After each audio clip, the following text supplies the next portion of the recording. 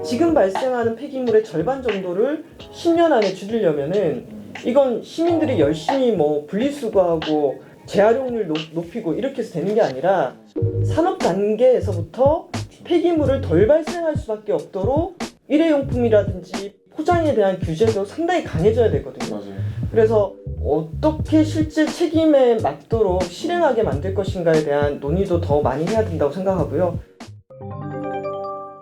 우리가 더 많은 이야기들이 있어야 된다는 얘기를 많이 해주셨는데 조금 그럼 혹시 구체적으로 이러한 정책이나 제도나 법은 좀 반드시 필요하다 이런 거 한 가지씩 또 한두 가지씩 혹시 있으실까요? 저는 이게 다 실행이 되려면은 예산이 필요하다라고 생각해요. 그리고 그걸 할 수 있는 실행 조직이 필요한 거죠. 2030년까지 40% 줄이겠다라는 발표를 했지만 이게 내년 예산에 얼마만큼 반영이 돼 있을까요? 에너지 분야, 건물과 교통, 폐기물, 농축수산 이거 다 지금부터 막 펼쳐질 앞으로의 변화잖아요. 근데 내년 예산에는 거의 반영이 잘 안 돼 있을 겁니다.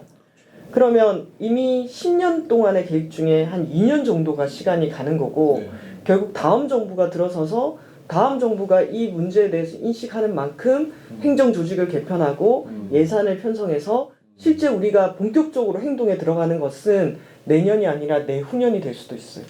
문제를 풀기 위해서는 사람이 투입이 돼야 되고 그 사람이 움직이거나 뭔가 대책이 같이 수반될 수 있는 예산이어야 되는데 이 예산이 누구를 위해서 어디에 편성되게 할 것이냐를 지켜보는 것도 저는 중요할 것 같아요. 생각해봤을 때 되게 많은 과제가 있겠죠. 왜냐면 우리가 그동안 준비를 미루었던 대가지불을 받는 거란 생각이 드는데 저는 뭐 굳이 하나를 꼽자면 전 주거 문제가 좀 해결이 돼야 될 것 같아요. 저는 지대추구 사회를 해결하는 문제 중에 하나는 이제는 더 이상 부동산 정책이 아니라 주거의 정책을 피자.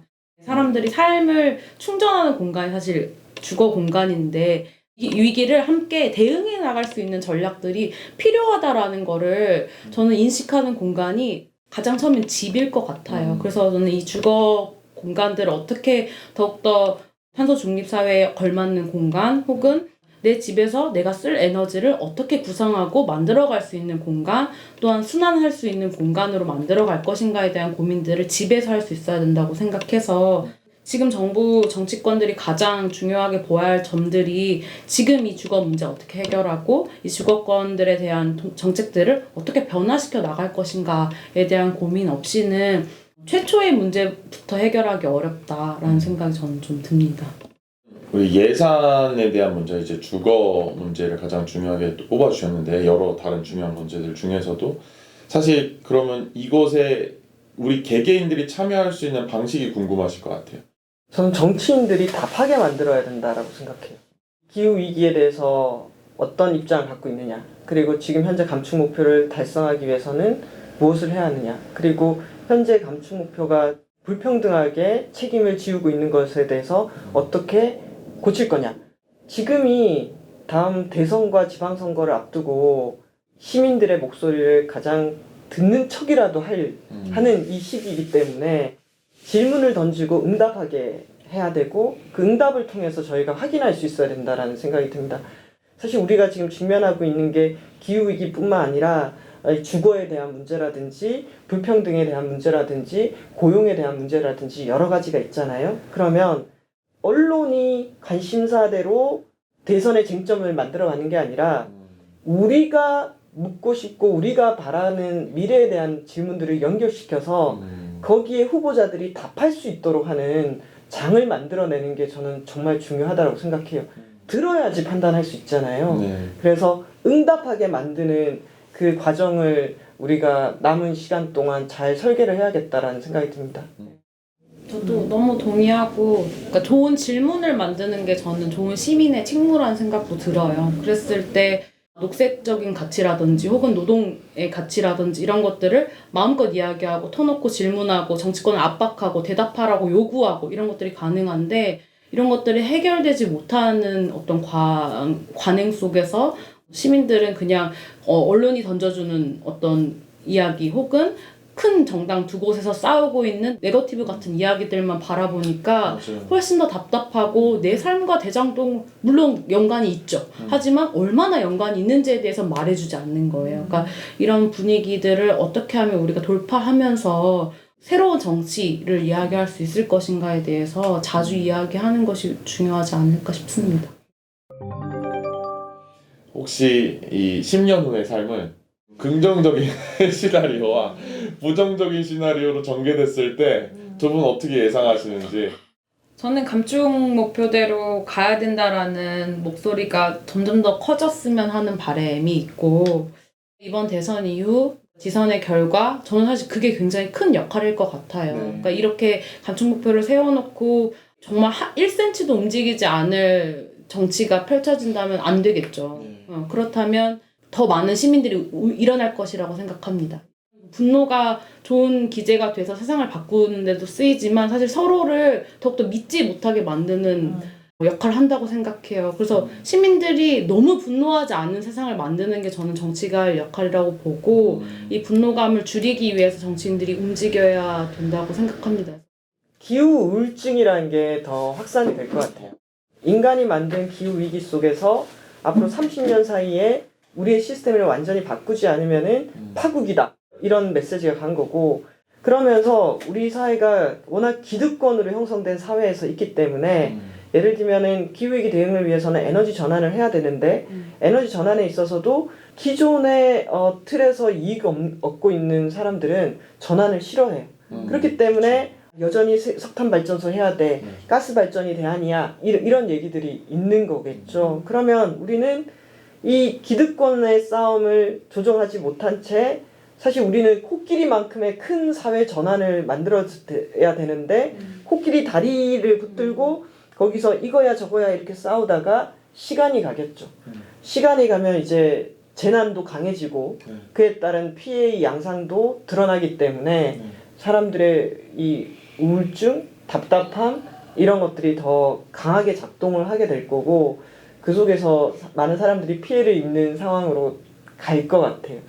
이번에 시민들 500명 대상으로 2050 탄소 중립 시민 회의를 했는데 탄소 중립의 가장 큰 걸림돌이 뭘까요? 라고 했을 때 갈등이었어요. 그래서 무엇보다 우리가 어떤 위기에 있고 그 위기를 해결하기 위해서 이런 경로로 가야 되고 그런데 그 경로로 가는 과정에서 책임과 역할이 많은 사람들이 납득할 만한 공정함을 바탕으로 하는 거. 그런데 이게 되려면은 무엇보다 기후위기 대응을 우선순위로 올려야 돼요. 경제부처가 GDP 성장률로 평가가 되는 게 아니라 온실가스 감축이라든지 안전망을 얼마만큼 만들었습니다라는 가치 체계를 바꿔줘야 되는 거거든요. 온실가스 얼마만큼 줄였는지를 가지고 총리가 물러날 수 있어야 돼요. 경제가 나빠지면 총리 경질 얘기가 나오지만 온실가스 감축 못하고 기후위기 대응 못했을 때 총리가 물러나지 않았어요. 그런데 이제는 그걸 가지고 판단할 수 있는 수준으로 만들어줘야지 우리 최선을 다했네? 힘들지만 더 해야겠네? 쟤들은 나름 자기 책임을 하네? 그렇게 해줘야지 그럼 나도 좀 역할을 해야지 이렇게 되는 거지. 결국은 각자의 책임에 대해서 제대로 역할하게 만드는 것도 정부의 역할인 것 같아요.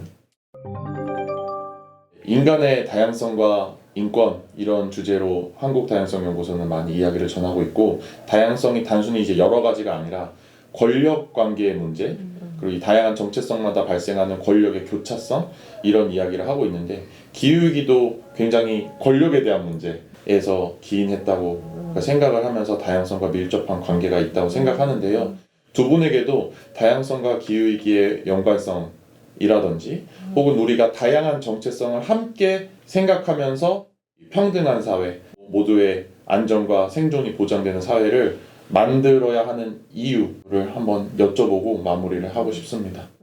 코로나, 기후위기 이런 것들이 이제 우리 삶에 되게 밀접해지면서 봤던 뭐 산업 기업의 어떤 뭐 권력 관계, 뭐 사회와 기업의 권력 관계 이런 것이 실질적인 수치로 나오는 거잖아요. 그러니까 저렇게 탄소 배출을 해도 쟤네는 아무런 타격을 입지 않아. 하지만 진짜로 가난하고 어렵고 약자들은 너무나 삶 자체가 문제야라고 수치적으로 보여졌던 사례들이라고 느껴요. 그리고 또 저는 이것이 그냥 인간들과의 관계가 아니라 인간과 비인간의 관계에서도 너무나 극명하게 드러났다고 보이거든요. 특히 오늘 이제 폭우 얘기도 많이 했지만 지난번에 54일 장마 왔을 때 축사가 무너져서 가축들이 도망가거나 맞아. 절 위에 올라가 있거나 사실 이거를 너무 재밌는 어떤 일화처럼 사실 언론들은 다뤘잖아요. 사실상 그 가축동물들이 살려고 그렇게 움직이고 있다라는 것들을 어떻게 보면 보여준 저는 굉장히 저한테는 엄청나게 충격적인 장면이었거든요. 아, 소들이 저렇게 살려고 움직이는 사회가 온다라는 것이 이제는 다양성이라는 것이 그냥 인간 간의 관계를 넘어선 우리와 생태와의 관계까지로 연결될 수 있다라는 점들을 좀 다시금 짚어보면 좋겠다 이런 생각이 들고 제가 노회찬 의원의 말 중에 행복해지는 것을 두려워하지 맙시다란 말 굉장히 좋아해요. 그래서 우리가 행복해진다는 게 뭘까? 과연 돈이 많고 내가 갖고 있는 부동산이 오르고 그런 것들이 과연 내 행복을 좌지우지하는 유일한 방법일까라는 것들을 생각이 들면서 행복해지는 것을 두려워하지 않는 선택들을 너도 나도 할 수 있는 사회가 좀 됐으면 좋겠고 그런 것들을 위해서 이유진 선생님도 노력하셔야 될 것이고 저도 노력해야 되고 또 여기 지학 선생님이나 이걸 보시는 모든 활동가분들 시민분들이 그것을 두려워하지 않는 선택들을 같이 했으면 좋겠다라는 생각이 듭니다. 네.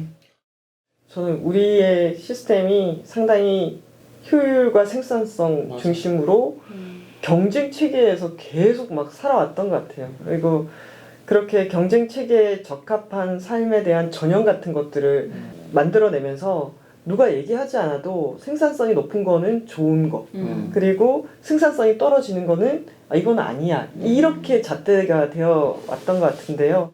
좋은 삶이란 무엇인가에 대해서 계속 좀 같이 생각을 해봤으면 좋겠고 위기가 온다라는 거는 지금 현재 우리가 살고 있는 요 구성원들만이 아니라 훨씬 더 폭넓게 다양한 사람들을 받아들일 수 있어야 되는 것 같거든요. 예를 들면 기후위기로 식량위기가 발생하고 난민이 발생하고 우리가 난민을 받아들일 수도 있지만 우리도 난민이 될 수가 있어요. 그렇죠. 그래서 오히려 이 위기 속에서 정말 다양한 정체성과 그 다음에 국적 그리고 사는 곳이 달랐던 사람들이 같이 모여서 살아야 되는 상황으로 갈 수 있어요.